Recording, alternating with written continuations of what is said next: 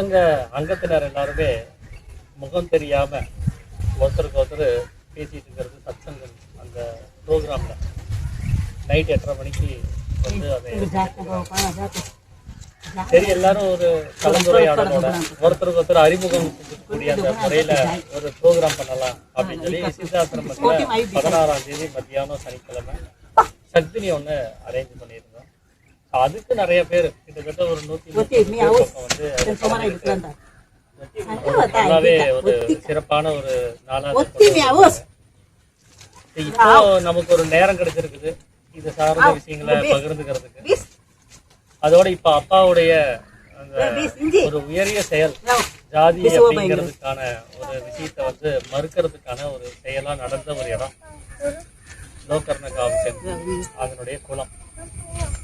இதுல அவர் சாமி வந்து இதுல ஜாதிங்கிறது எதுவுமே இல்லை, இருக்கிறது ஒருவேளை பிராமணனா இருந்துச்சு அப்படின்னு சொன்னா அது சித்த வித்தியார்த்திகள் தான் நித்திய அனித்திய வஸ்து விவேகம் செய்து தன்னிலை அறிந்து வேத நுட்பத்தோட அந்த அறிவுகளை அனுபவபூர்வமாகவும் உணரக்கூடிய நிலைமைக்கு வர்றது சாதாரணமாக வேதங்களை ஓதிக்கிட்டு இருக்கக்கூடிய வெளியில சொல்லக்கூடிய பிராமணர்கள் அல்ல. அது வாசி பயிற்சி செய்து தன்னுடைய அனுபவ நிலைகளை அறியக்கூடிய பிராமணனா இருக்கக்கூடியது அது சித்த வித்தியார்த்திகள் தாங்கிறத சாமி வந்து அங்க ப்ரூவ் பண்றாரு. இந்த குலம் சம்பந்தப்பட்ட ஒரு கேஸ் நடக்கும்போது அதுல வரக்கூடிய தீர்ப்பு என்னவா வருது அப்படின்னா அப்ப பிராமணன் அப்படிங்கிறது உண்மையாவே சித்த வித்தியார்த்திகள் தான் அப்படிங்கறத அவங்களும் அக்செப்ட் பண்ணவும் செய்யறாங்க சாமியினுடைய வாதத்தை பொறுத்து. அதுல இருந்துதான் நமக்கு பிரம்மஸ்ரீ அப்படிங்கிற ஒரு யோகிதை ஒண்ணு நமக்கு கிடைக்கப்பெறுது. ஏன்னா அது வந்து பிராமணர்களுடைய அந்த வர்ணங்கள்ல அது உயரிய பட்டமாக கருதக்கூடிய ஒரு விஷயம். அப்போ பிராமணனாக நம்மளை அவர் சாமி வந்து வாதம் செய்து வாதாடி ப்ரூவ் பண்ண ஒரு விஷயத்துக்கு இது ஒரு காரணமான ஒரு குலமா இருக்கு. இன்னைக்கு நாம சித்த வித்தியார்த்தியில் இருக்கக்கூடிய நாமெல்லாம் பிரம்மஸ்ரீ அப்படின்னு சொல்லக்கூடிய ஒரு பேரை முன்னாடி போட்டுக்கிறோம் அப்படின்னா அதுக்கு இந்த குலமும் இந்த குலத்தை சார்ந்து இருக்கக்கூடிய சம்பவமே காரணமா இருந்திருக்கு. அந்த பிராமணன்கிற அந்த உயரிய அந்தஸ்தை நமக்கு அங்கீகாரமாக இந்த உலகத்துல வாங்கி கொடுத்திருக்கிற ஒரு சம்பவத்தை இதை நம்ம கவனிக்க முடியும். அப்படிப்பட்ட ஒரு இடத்துல இருந்து இந்த சித்த வித்தியார்த்தியில இருக்கக்கூடிய நாம ஒரு சந்திப்பு நடக்கிறதுங்கிறது இன்னமும் ஒரு சிறப்பான ஒரு காரியமாவே இருக்குது. இதுல அவங்களுக்கு தெரிந்த ஒரு விஷயத்த ஒரு 5-10 நிமிஷம் பகிர்ந்துக்கலாமே. இந்த குலத்தோட ஒரு கவரேஜோட இந்த காட்சி அமைப்புல நாம ஒரு பங்கெடுப்பு இருக்கலாமே அப்படிங்கிறதுக்காக வேண்டிதான் இந்த ஒரு சின்ன ஒரு கூட்டம் இது கூட்டப்பட்டது. அதுக்கு நம்ம எல்லாரும் அவங்களுக்கு தெரிந்த அவங்களுடைய கருத்துக்களை இங்க தாராளமா பகிர்ந்துக்கலாம். அது யார் வேணாலும் பகிர்ந்துக்கலாம். நமஸ்காரம். இங்கு வருகின்றிருக்கின்ற அத்தனை புத்தகத்தை நண்பர்களுக்கும் தாய்மார்களுக்கும் நான் முதற்கண் ஆத்ம நமஸ்காரத்தை தெரிவித்துக் கொள்கின்றேன். இப்போ இங்க நாம வந்ததுக்கு அடிப்படையான காரணம் என்னன்னு மட்டும் நான் சொல்றேங்க. ரமேஷ் ஐயா வந்து சத்சங்கம் அப்படிங்கிற ஒரு நிகழ்வை தொடங்கினாரு. பல பேர் வந்து அந்த சத்சங்கத்துல இணைஞ்சு நற்கருத்துக்களை நிறைய சொல்லிட்டே வந்தாங்க. நானும் அதை தொடர்ந்து கேட்டுட்டே தான் வந்துட்டு இருந்தேங்க. ஆனா அவங்க நேர்ல பார்க்கல. இப்படி நேர்ல பார்க்காம தான் அவங்கள சொல்லக்கூடிய கருத்துக்களை வாங்கிட்டு இருக்கோம். நாம நேர்ல பார்த்தா நல்லா இருக்குமே அப்படிங்கிற ஒரு ஆலோசனையில் தான் நானும் இருந்துட்டு இருந்தேன். அந்த சமயத்துல ரமேஷ் ஐயா என்ன பண்ணாருன்னா, போன வருஷம் சேலம் ஆசிரமம் நம்ம சித்த வித்யா ஆலயத்துல இந்த சத்சங்க கூட்டத்தை ஏற்பாடு பண்ணாரு. அந்த சத்சங்க கூட்டத்துல எல்லாரும் பேசத்தான் செஞ்சாங்க. நானும் எல்லாத்தையும் கூப்பிட்டு பேச வச்சேன். எனக்கு அந்த அனுமதி ரமேஷ் ஐயா கொடுத்தாரு. Right, okay. அதுக்கு மேல நான் என்ன விரும்புறேன் அப்படின்னா, சத்சங்கம் பேசுறவங்கள நாம நேரா பார்த்தா நல்லா இருக்குமே, நம்ம மன நிம்மதியை மனசை சந்தோஷப்படுத்திக்கலாமே அப்படிங்கிற ஆர்வத்தில் தான் நான் இருந்தேன். இந்த நேரத்தில் அதை ரமேஷ் ஐயா ஏற்பாடு பண்ணாரு. அதாவது மே மாதம் 15, 16, 17 இந்த 3 நாட்களில் நாம் வந்து வடகரை ஆசிரமத்தில் எல்லாரும் சந்திச்சுக்கலாம் அப்படி ஏற்பாடு பண்ணியிருக்கோம் அப்படின்னு சொல்லிட்டு எனக்கு தகவல் கொடுத்தாரு. மற்றவங்களுக்கும் கொடுத்துருக்கிறாரு. இப்போ அது எனக்கு ரொம்ப சந்தோஷமாக இருந்தது. எப்படியாவது இந்த சத்சங்கத்தில் பேசுகிறவங்க எல்லாமே நாம் பார்த்துடலாம் அப்படிங்கிற மாதிரி நாங்கள் சந்தோஷப்பட்டு தான் இதை எல்லாத்தையும் கூட்டிகிட்டு வந்தேன். எனக்கு தெரிஞ்சவங்க எல்லாம் கூட்டிகிட்டு வந்தேன். நம்ம சந்திச்சிருக்கிறோம், எல்லாருமே சந்திச்சிருக்கிறோம். 150 பேருக்கு மேலே இந்த சத்தங்க நிகழ்வில் கவனித்தவங்க இந்த 14, 16 இந்த 2 நாளுமே இருந்துட்டு இருக்காங்க. அதனால எனக்கு இது ஒரு பெரிய சந்தோஷம் தானுங்க. இதை தெரியப்படுத்துறதுக்காக நாம் இந்த கூட்டத்தை இப்போ நாம் பேசிட்டு இருக்கிறோங்க. இது எதுக்கு அப்படின்னா, அனுபவஸ்தர்கள் வந்து தன்னுடைய அனுபவத்தை இந்த வித்தையை பற்றி, அதாவது சித்த வித்தையை பற்றி எடுத்து சொன்னால் ரொம்ப தெளிவாக இருக்கும் அப்படிங்கிற அபிப்பிராயத்தில் தான் இந்த இடத்துல நாம் கூடியிருக்கோம். நம்ம அண்ணார் வந்து ரொம்ப தெளிவாக பேசியிருக்காரு. நான் கேட்டு ரொம்ப சந்தோஷப்பட்டேங்க. இருந்தாலும் என்னுடைய அனுபவத்தை கொஞ்சம் சொல்லிட்டா நல்லா இருக்குங்கிறதுனால நான் தொடங்கணுங்க. நாம் எல்லாருமே ஈஸ்வரனுங்க. இதில் எந்த சந்தேகமே நீங்கள் படாதீங்க. ஏன்னா ஈஸ்வரன் மட்டும்தான் இந்த உலகத்தில் முதல்ல இருந்தவர். அந்த ஈஸ்வரனுக்கு ஒரு சின்ன சலனம் அடையுது. அந்த ஈஸ்வரன் ஒரு சலனம் அடையுது. சலனம்னா அந்த ஈஸ்வரன் கிட்ட ஒரு நினைவு மட்டும் இருக்குது. அது வரைக்கும் ஈஸ்வரன் கிட்ட நினைவே கிடையாது. பிரபஞ்சமா உலகமா இருந்த அந்த ஈஸ்வர தன்மை ஒரு சலனம் அடையுது. அந்த சலனத்துல இணைஞ்சதுதான் இந்த மனிதன். அந்த மனிதன்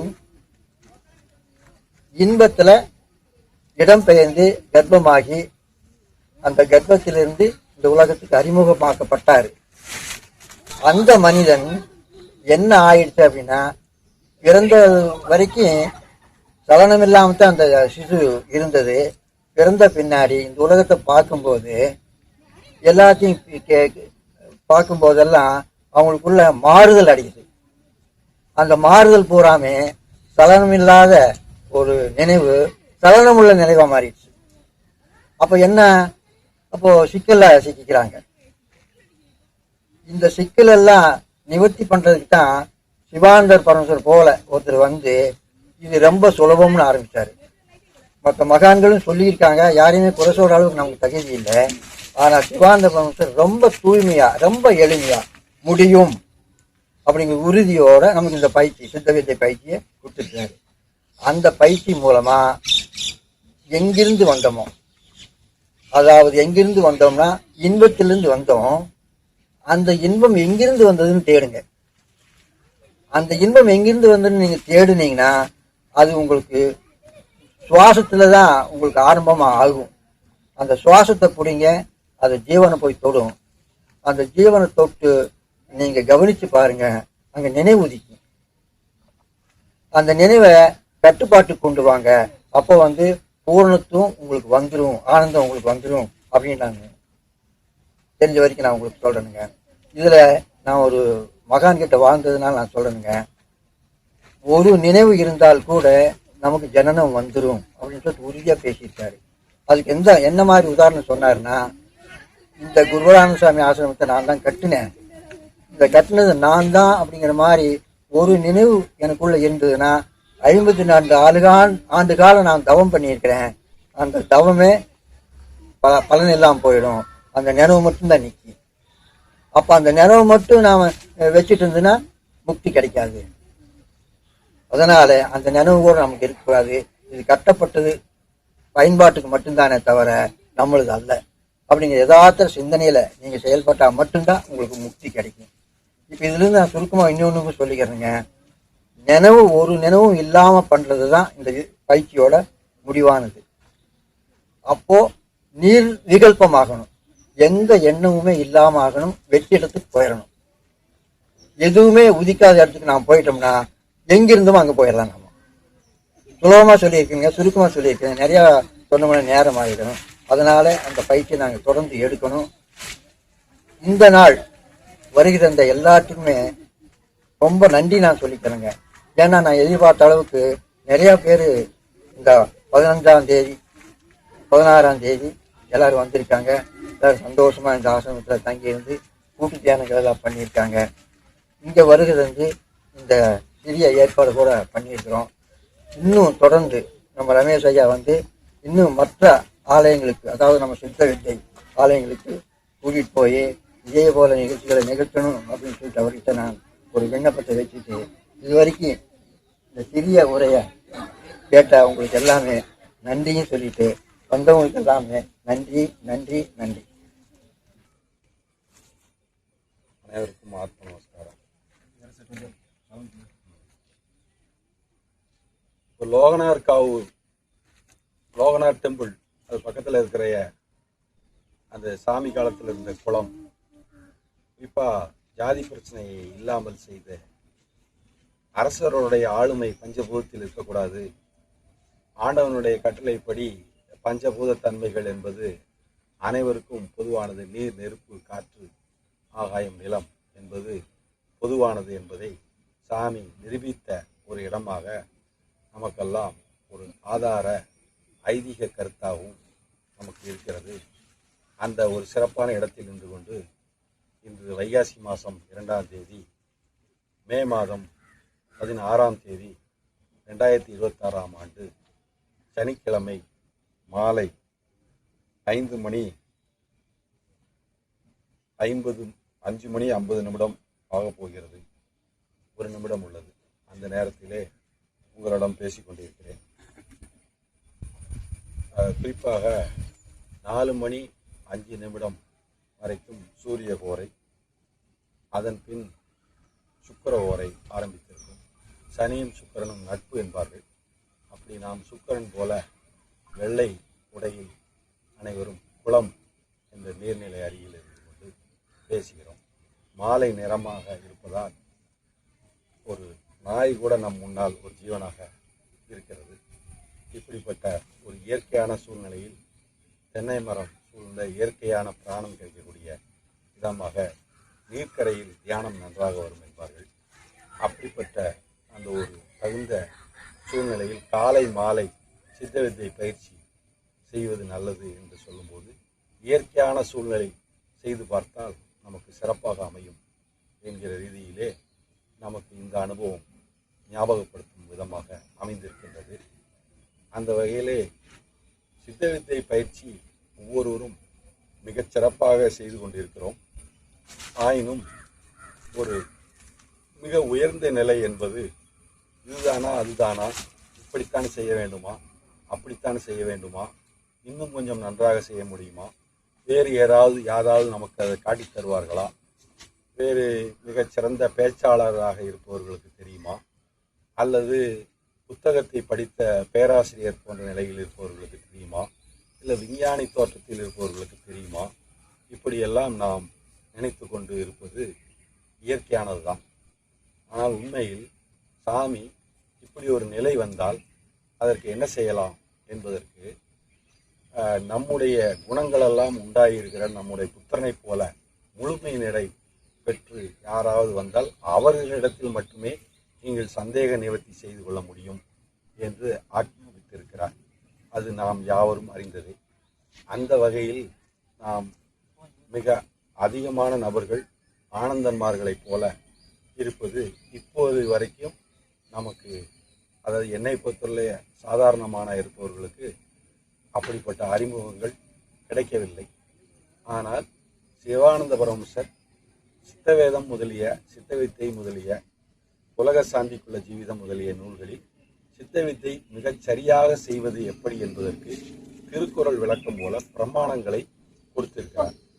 அந்த பிரமாணங்களை நாம் பயிற்சியை சரியாக செய்து கொண்டிருக்கும் போது நாலாவட்டத்தில் அந்த பிரமாணத்தின் பொருள் இன்னதுதான் என்று நம்மால் சரியாக உணர்ந்து கொள்ள முடியும்.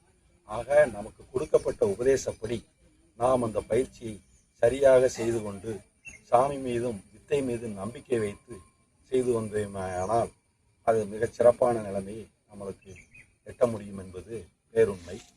அந்த வகையிலே பொறுமையாக ஊதுற சங்க ஊதிட்டே இருந்தால் விடியும் போது விடிஞ்சிட்டு போகணும்னு பொதுவாக சொல்லுவாங்க. அந்த மாதிரி நம்ம எடுத்துக்கலாம்.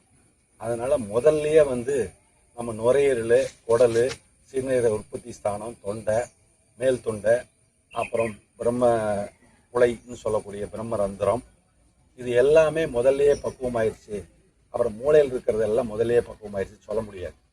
அதெல்லாம் பக்குவமானோன்னா நம்ம மனதினுடைய ஆழ்ந்த உண்மையான மெய்யான விருப்பம் இருந்தால்தான் மனமாகிய அடங்கிய குரு அதற்கு ஏற்பாடு பண்ணுவார்.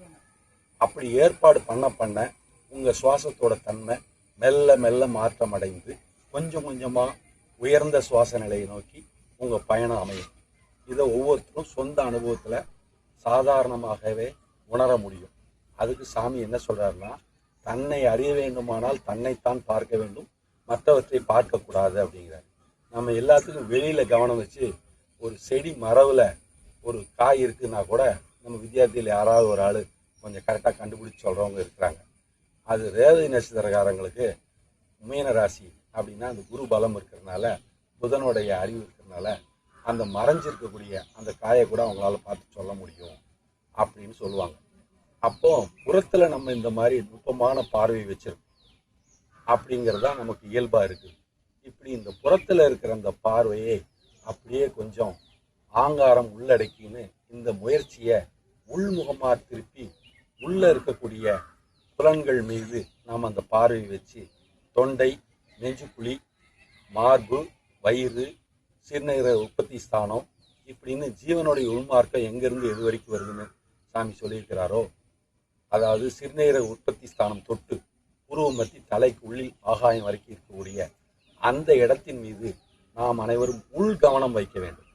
அப்படி உள் கவனம் வைத்து பார்த்தால் அந்த மனதாகப்பட்டது அந்த இடத்தை சித்த வித்தை செய்வதின் நம்முடைய ஈடுபாடு, பகவத்கீதை சொன்னது போல சிரத்தா லபதே ஞானம் என்று சொல்லும்போது அந்த சிரத்தையோடு கூடிய நம்முடைய ஈடுபாடு நம்ம மனதுகிட்ட நம்ம உண்மையாக இருந்தால், எல்லாருடைய அருளை பெற்றிருந்தாலும் நம்ம மனதினுடைய அருளை பெறாவிட்டால் முக்தி மோட்சம் அடைய முடியாது அப்படிம்பாங்க.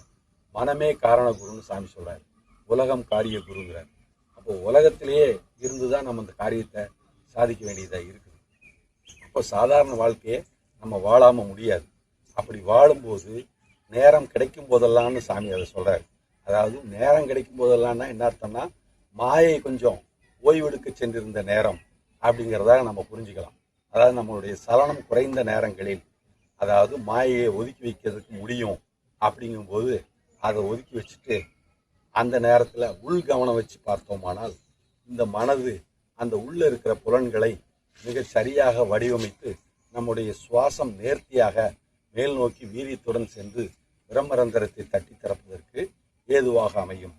அப்படிப்பட்ட நிலைமையில் நாம் இந்த முன்னேற்றத்தை சிறப்பாக எய்த முடியும் அப்படிங்கிறத நம்ம புரிஞ்சுக்கணும். அப்போது ஒரே ஒரு ஸ்டேட்மெண்ட்டை சாமி சொன்னதை வச்சுட்டு வாத விவாதம் பண்ணி ஜீவனுக்குள்ள விஷயத்தில் தர்க்க விவாதம் பண்ண வேண்டாம் அப்படிங்கிறாரு. அப்போ எல்லா ஸ்டேட்மெண்ட்டையும் நம்ம ஞாபகம் வைக்க முடியும். அப்புறம் அதுக்கு நம்ம ஒரு கருத்து வச்சுருக்கோம். அப்புறம் கொஞ்சம் யோசனை பண்ணால் நாமளே அந்த கருத்துக்கு மேலே ஒரு கருத்து நமக்கு தோற்றமாகிறத உணர்வோம். அதனால் ரொம்ப தீர்மானமாக பிடிவாதமாக சொல்ல முடியாது. அதனால் நாம் எந்த அளவுக்கு ஒரு கருத்தை சொல்லணும், நம்ம சாதாரண சாப்பாடு, பழங்கள், காய்கறிகள், அப்போ ஈஸியாக ஜீரணமாகி நிறைய சத்து கொடுக்கக்கூடிய பொருட்கள், நல்ல சுவையான இயற்கையான தண்ணீர், இதிலிருந்து பிராணம் எடுத்துக்கிறோம். இயற்கையான காற்று நிறைந்த இடங்கள், மரங்களிலிருந்து நல்ல இயற்கையான காற்று, நல்ல சுத்த காற்று கிடைக்கிற இடங்கள், மலைக்காற்று, கடற்காற்று, இந்த மாதிரி இடங்கள்லாம் கூட நம்ம உடம்புல இருக்கிற ஒவ்வொரு செல்லும் சுவாசித்து ஆரோக்கியமாக இருந்தால் நம்ம ஜடமும் ஆரோக்கியமாக இருக்கும், மனசும் ஆரோக்கியமாக இருக்கும். அந்த அருவியில் குளியல் போடுறது, இயற்கையான ஆற்றுல குளியல் போடுறது, இந்த மாதிரிலாம் இயற்கையோடு இணைந்த அந்த வாழ்க்கை, இயற்கையை புரிஞ்சுக்கிட்டு அதுக்கு ஒத்துழைப்பு கொடுத்து வாழணும் தான் சாமி சொல்கிறாரு. அப்போ அந்த வகையிலையும் இந்த ஜடத்தை பேணி பாதுகாக்க வேண்டியது அவசியமாக இருக்குது. ஏன்னா உடம்பின் உள்ளே உத்தமன் கோயில் கொண்டான் என்று உடம்பினை வளர்க்கும் உபாயம் அறிந்து உடல் வளர்த்தேன் உயிர் வளர்த்தேன் திருமூலர் திருமந்திரத்தில் சொல்கிற மாதிரி இந்த ஜடத்துக்குள்ள அந்த உத்தமனாகிய உண்மைத்தன்மை இருக்கிறதுன்னு சொல்லி ஸ்தூல ஜட உடலையும் ஸ்தூல உடலாகிய பிராண சரீரத்தையும் நன்றாக பேணி பாதுகாக்க வேண்டியதாக இருக்கிறது. அப்படி பேணி பாதுகாப்பதற்கான எந்தெந்த சூழ்நிலை இருந்தோ அதையெல்லாம் சரியாக பார்த்து சீராய்ந்து அதை நாம் ஏற்றுக்கொள்ள வேண்டும். அதாவது தகுந்த சூழ்நிலையை எப்படி விலங்குகள், பறவைகள் எல்லாம் தேர்ந்தெடுத்து செய்கின்றனவோ அதே முறையில் நாமளும் இயற்கையோட தன்மையை தெரிஞ்சு அதோட இணைந்து முடிவெடுத்து தகுந்த சரியான உண்மையை தேர்ந்தெடுத்து, சரியான இடத்தை தேர்ந்தெடுத்து, சரியான தொழிலை தேர்ந்தெடுத்து, சரியான சூழலை தேர்ந்தெடுத்து நாம் வசிக்கணும், அந்த சித்த வித்தையை செய்யணும். அப்போ மிகச் சரியாக வரும். அதாவது சித்த வித்தைங்கிறது ஒரே ஒரு விஷயம்தான். அதுக்கு 100 விதமான விஷயங்கள் சரி செய்ய வேண்டியதா இருக்கு. பாருங்க, கல்யாணம்ங்கிறது சாதாரண பழைய காலத்துல தாலி கட்டுறது அப்படிங்கிறாங்க. அப்ப அது ஒரே ஒரு விஷயம்தான். அதுக்கு செய்ய வேண்டிய ஏற்பாடுன்னு பார்த்தா ஏகப்பட்ட ஏற்பாடு செய்ய வேண்டியதா இருக்கு இல்லைங்களா? அதே மாதிரிதான் இந்த சித்த வித்தைங்கிறது ஒரே ஒரு விஷயம். அந்த ஒரே ஒரு விஷயத்துக்காக ஏகப்பட்ட ஏற்பாடை நம்ம செய்யணும். அப்படின்னா அந்த சித்த வித்தை சரியா செய்யறது அப்படிங்கிற ஒரே ஒரு விஷயம் சரியா நடக்கிறதுக்காக நம்ம எத்தனை விஷயங்களை கவனிக்க வேண்டியிருக்கு தெரியுமா? ஏன்னா இந்த உடம்புங்கிறது மிகப்பெரிய இயற்கை கொடுத்த எந்திரம். தனு கரண புவன போகங்கள்னு சொல்லுவாங்க. அப்போ இந்த உடம்பால அனுபவிக்க வேண்டிய விஷயங்களை சொல்லும்போது வேதாந்தங்களும் வள்ளலார் போன்றவர்களும் அந்தந்த குறிப்பிட்ட தேகத்தன்மை உயர்ந்த உடல்நிலையை தகுதியை அடைந்தோமானால் இந்த போகம் என்பது சிவபோகம் என்கிற நிலைக்கு உயர்ந்த நிலைமைக்கு கொண்டு போகக்கூடியது. அந்த சிவபோகம் அப்படிங்கிறதுக்கு முன்னாடி இந்த தேகத்தில் எத்தனை விதமான ஆனந்தங்களை அனுபவிக்க முடியுமோ அந்த ஆனந்தங்களை எல்லாம் அனுபவித்து, அதாவது உயர்ந்த குற்றமில்லாத ஆனந்தங்களாக சொல்லப்படுகிறது. அப்படிப்பட்ட ஆனந்தங்களை நாம் பெற வேண்டும். கடைசியில் இறுதியாக பிரம்மானந்தம் என்கிற நம்மளுடைய இயல்பு நிலையை நாம் அடைய வேண்டும் அப்படிங்கிறது தான் நோக்கம். அப்போ தேக சுதந்திரம் வேணும் அப்படிங்கிறாங்க. அப்போ இந்திரிய ஒழுக்கம், கரண ஒழுக்கம், ஜீவ ஒழுக்கம், ஆன்ம ஒழுக்கம் அப்படிங்கிறத வல்லார் குறிப்பிடுறார். அப்போ அப்படிப்பட்ட ஒழுக்கங்கள் தான் நமக்கு சாமி சித்த வித்தியார்த்தி நடவடிக்கை கிரமம் அப்படிங்கிறதையும் நமக்கு சொல்லியிருக்கிறார். அப்போ எந்த ஒரு வேலையை செய்தா அது சித்த வித்தையை மேம்படுத்துமோ அந்த வேலையை நம்ம செய்யலாம். அதாவது ஒருத்தர் என்ன நினைப்பாரோ அப்படின்னா உங்க முடிவை நீங்க பின்னால கொண்டு போக வேண்டியிருக்கும். ஆனா உங்க உணர்வை கேட்டீங்கன்னா அது மிகச்சரியா எப்ப சொல்லுது அப்படின்னு நீங்க அனுபவத்துல கொண்டு வந்துட்டீங்கன்னா அது மிகச்சரியா சொல்லும்போது நீங்க அதை நடைமுறைப்படுத்தி ட்ரையல் அண்ட் எரர் பேஸ்ல பண்ணி பார்க்கலாம். அப்போ அது உங்களுக்கு திருப்தி வந்துச்சுன்னா அடுத்த ஸ்டெப்பு சாதாரணமாக எடுத்து வைக்கலாம். யோகானந்த பரமேஸ்வரை கேட்கும்போது உங்களுடைய உள் குரலை கேட்டு நீங்கள் நடக்க ஆரம்பித்தீர்களே, அதற்கு எவ்வளவு காலம் பிடித்தது? சரியா உள்குரல் தானா, சாதாரணமாக உள்ளிருந்து வர்ற எண்ணமா, இல்லை பிரபஞ்ச மனத்திலிருந்து வரக்கூடிய எண்ணமா அப்படிங்கிறத சரியா ஐடென்டிஃபை பண்ணுறதுக்கு அவருக்கே 30 வருஷம் ஆயிருக்கு. அவர் அதை சொல்லியிருக்கிறார். அதனால நாம் ஒவ்வொருத்தரும் உள்ளிருந்து வரக்கூடிய அந்த மெய்க்குரலை கேட்பதற்கு சித்த வித்தையை சரியாக செய்து அந்த உணர்வு சரியாகத்தான் சொல்லுதா, வெறும் எங்கேயோ கேட்ட எண்ணத்துலேருந்து நம்ம முடிவு எடுக்கிறோமா அப்படிங்கிறது சீராய்ந்து பார்த்து தான் நம்ம முடிவுக்கு வரணும். அப்படிப்பட்ட முடிவுக்கு வந்தால் தான் இந்த சித்த வித்தை சரியாக செய்வதற்காக என்னெல்லாம் செய்யணும் அப்படின்னா, உடலை நல்லா பார்த்துக்கிறதுக்கு அப்படின்னா தேரையர் சித்தர் பல விஷயங்களை சொல்லியிருக்கிறார். அதில் நாள் 2, வாரம் 2, மாதம் 2, வருடம் 2ன்னு சொல்லியிருக்கிறார். அதெல்லாம் நீங்கள் சாதாரணமாக பார்த்து தெரிஞ்சிருப்பீங்க. அப்போ நல்ல வைத்தியர்களை கேட்டாலும் காலையில் இஞ்சி நண்பர்கள் சுட்டு மாலையில் கடுக்காய் சாப்பிட்டால் கோலை வீசி எறிந்து குமரனாய் நடப்பானே அப்படின்னு சொல்கிறாங்க. அப்போ ஒரு ஜடத்தை பேணுறதுக்கான சில விஷயங்களை ஏன் சொல்கிறோம் அப்படின்னா, இந்த ஜடத்தை பேணுவதே நோக்கமாக மறுபடியும் பாடி கான்சியஸே கொண்டு வரீங்களா அப்படின்னு கேட்டிங்கன்னா இல்லை. இந்த உடம்பு உங்களுக்கு தொந்தரவு பண்ணாமல் இருந்தால் தான் ஆசன சித்திங்கிறது வரும். நியமம் அப்படின்னா சத்தியமாக நடந்துக்கிறது அப்படின்னு அர்த்தம். நியமம்னா எதை எப்படி செய்யணுமோ அப்படி செய்யறதுன்னு அர்த்தம். அப்போ இயமம் நியமம் சரியா இருந்துச்சுன்னா அதுக்கப்புறம்தான் மனம் உடம்பு 2ம் சுக ஆசனமா அமைதியா உங்களுக்கு தொந்தரவு தராமல் இருக்கும். அப்போ உடம்பு உங்களுக்கு தொந்தரவு தராமல் இருக்கணும் அப்படின்னா அந்த உடம்புக்கு கொடுக்க வேண்டியதை கரெக்டாக கொடுத்துரும். அப்படி கொடுக்கலைன்னா அது உங்களுக்கு தொந்தரவு தான் செய்யும். அதே மாதிரி மனது உங்களை பிராண்டிக்கிட்டே இருக்கும். இது நான் முதல்லையே எனக்கு தெரியும், நாளைக்கு ஏதாவது நீ பிரச்சனை பண்ணிட்டீங்கன்னா நான் தான் வந்து சிக்கலில் மாட்டிட்டு நிற்கணும், நீ உனக்கு என்ன, நீ ஏதோ ஒரு முடிவு சொல்லிட்டு போயிடுவேன், நானெல்லாம் அவதிப்படணும் அப்படின்னு மனசு பயந்துகிட்டே இருக்கும். அப்போ மனசோட பயத்தை நம்ம போக்கிட்டா அதுக்கு அந்த பயமின்மையை நம்ம உருவாக்கி அனுபவப்படுத்தி காட்டிடணும். இது என்ன, அப்போ மனசு நான் இல்லையா அப்படின்னு நீங்கள் கேட்குறது எனக்கு கேட்குது. மனசு தான் நீங்கள், அந்த புத்திங்கிற ஆலோசனை இருக்குது இல்லையா, அதை வச்சு நீங்கள் கரெக்ட் பண்ணிக்கிறீங்க. அதுக்கப்புறம் ஜீவ உணர்வுன்னு அதுக்கடுத்த ஸ்டெப் இருக்கு இல்லையா, அதை வச்சு புரிஞ்சுக்கிறீங்க.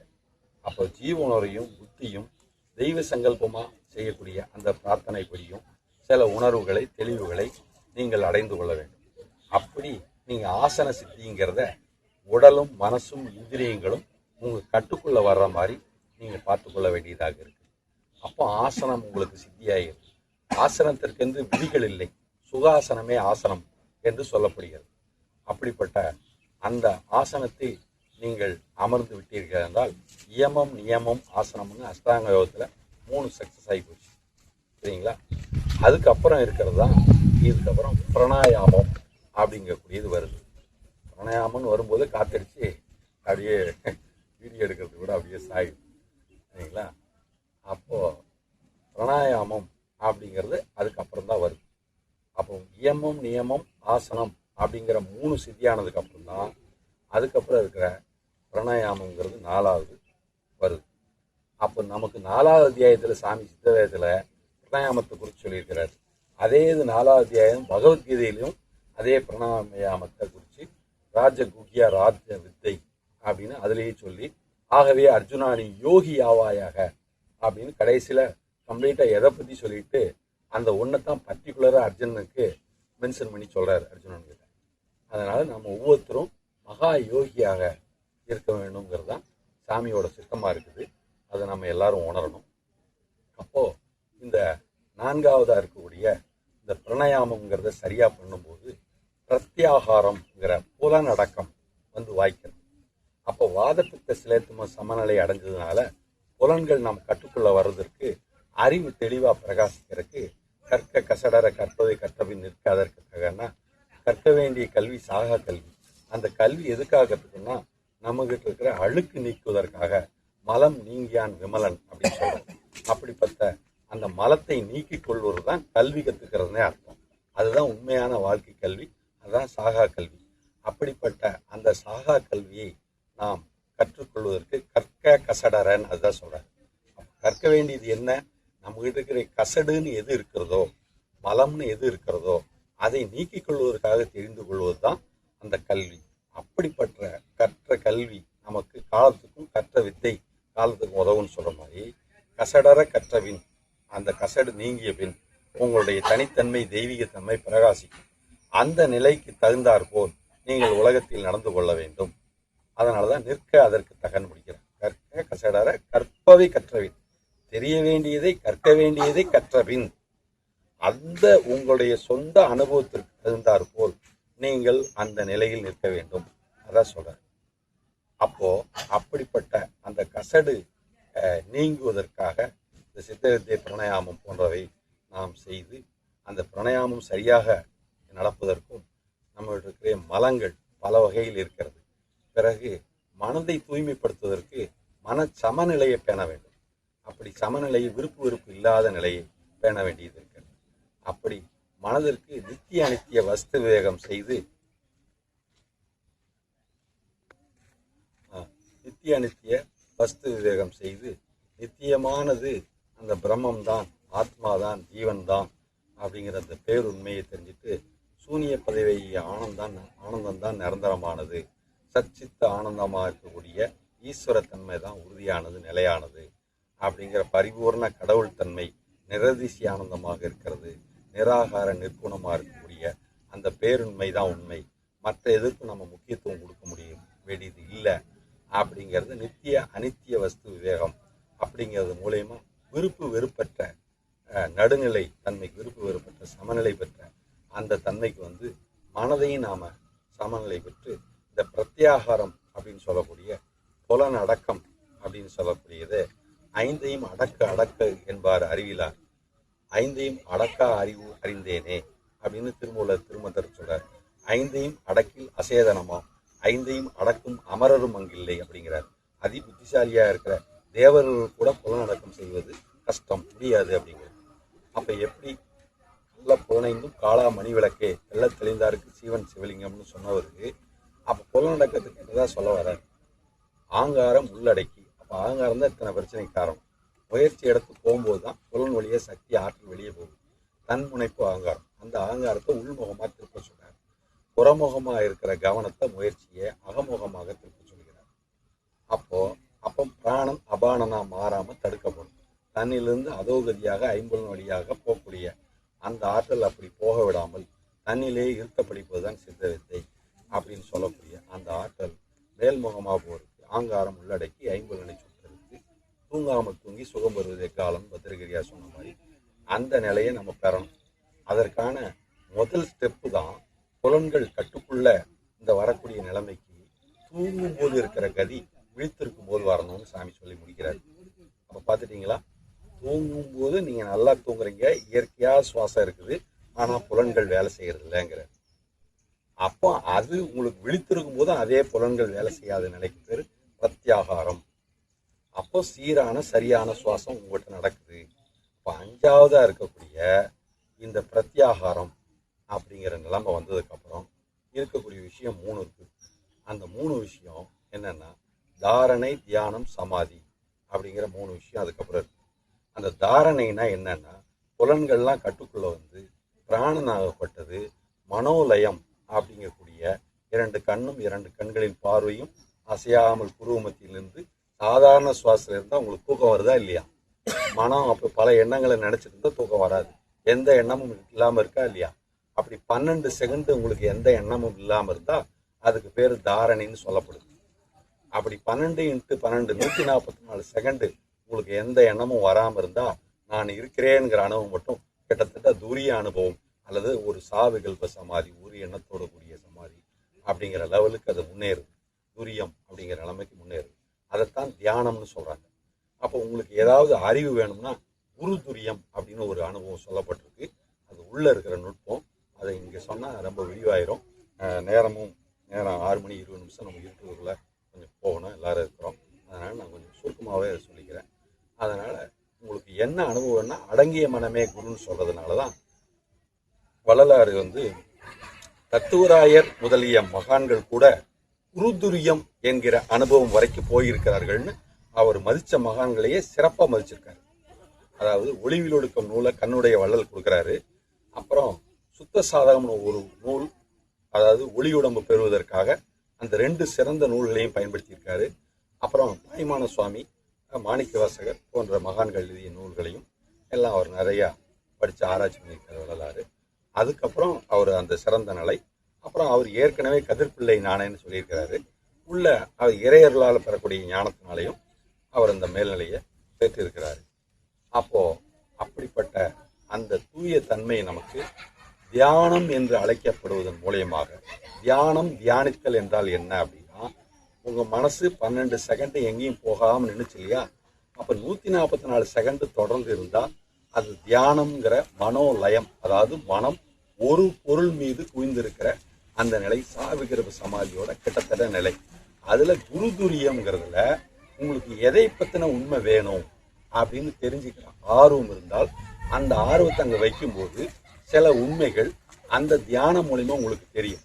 அப்ப என்ன சொல்றாங்கன்னா, உங்களுக்கு எந்த பொருளை குறித்து தியானம் செய்ய விரும்புகிறீர்களோ அந்த பொருளை குறித்தின ரகசியம் தெரிந்து கொள்ளலாம் தியானத்தின் மூலமாக என்று சொல்லுகிறார்.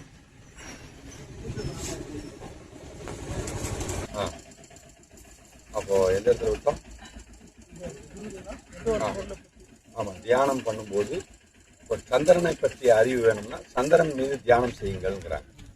சாதாரணமா சீனத்து ஓவியர்கள் ஒரு மரத்தை வரையணும் அப்படின்னா அந்த மரத்து முன்னால போய் உட்கார்ந்துட்டு அதே தியானமா மனசுல உள்வாங்குவாங்க. அப்புறம் அந்த மரத்தை பத்தி சரியா புரிஞ்சதுக்கு அப்புறம் தான் அந்த ஓவியத்தை வரைவாங்க. அப்போ ஓவியருக்கே அப்படிப்பட்ட தன்மை இருந்திருக்குது. அதுக்கப்புறம் அதே ஓவியரோ கவிஞரோ இருந்தாலும் அவங்க எல்லாமே ஆத்ம அனுபவங்கிற பெற்றவங்க, அதாவது தியானம் செய்ய தெரிஞ்சவங்கன்னு அர்த்தம். அப்போ அந்த அமைதியிலிருந்து தான் எல்லா உண்மையும் வரும்னு அவங்களுக்கு தெரியும். அப்போ தூரதேசத்துல இது வரைக்கும் அவங்க பார்த்துருக்கவே மாட்டாங்க. அந்த ராஜாவோட போட்டோவை இங்க உட்காந்து ஓவியர் வரைகிறாங்க அப்படின்னு அன்னைக்கு ராமதீர்த்தா சொல்றாரு. அப்போ அது தியானத்தினுடைய பலன் சக்தி தான் அது.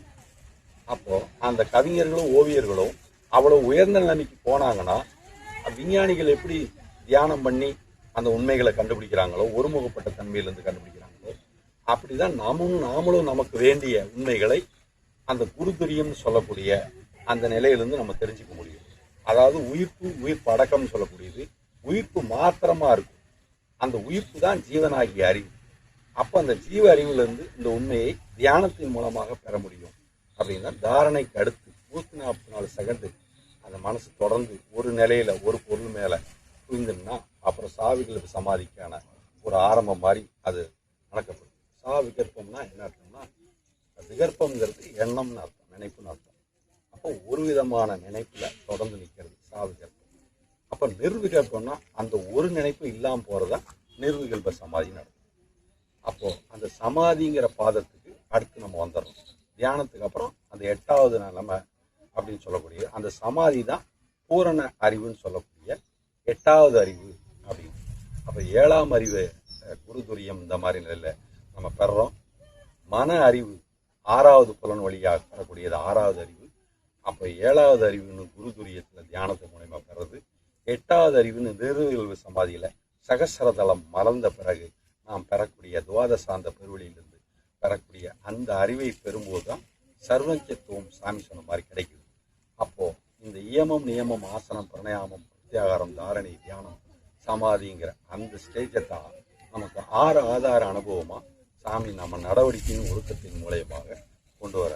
இப்படி எல்லா வகையிலும் மிக சரியாக இந்த பிராணனை நாம் பயன்படுத்தி இந்த இறுதி நிலையாகக்கூடிய ஞான வெற்றி அடைந்து ஞானானந்தத்தோடு இங்கே இருக்கும்போதே ஆனந்தத்திலிருந்து பிறந்த நாம ஆனந்தத்தில் வாழ்ந்து ஆனந்தத்தில் அடையணும், ஆனந்தத்தில் ஐக்கியமாகணும், ஜீவேஸ்வர ஐக்கியமாகணும். சாமியோட உள்ள கிடக்கை இந்த இடத்துல சாமியோட அருள்னால சிவானந்தவரும் அருள்னாலையும் மகான்கள் அருளாசியாலும் இந்த மாலை நேரத்தில் சிறப்பாக நிறைவடைந்திருக்கிறது என்று கருதுகிறேன். அனைவருக்கும் ஆத்ம நமஸ்காரம்.